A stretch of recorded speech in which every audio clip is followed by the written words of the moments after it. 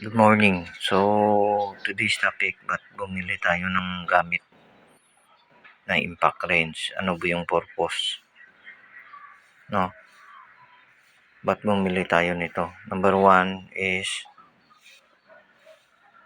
magagamit natin sa motor, no?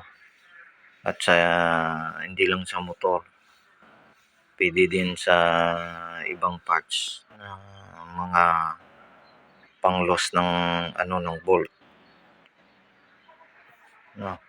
Number two, hindi tayo mahilig manghiram ng gamit ng iba. Mas mahalaga meron kang gamit, no? Number three is anytime pwede nating magamit, no? Sana man nakuha kayong ideya ba't bumili tayo ng impact wrench. Ano ba yung purpose? Thank you.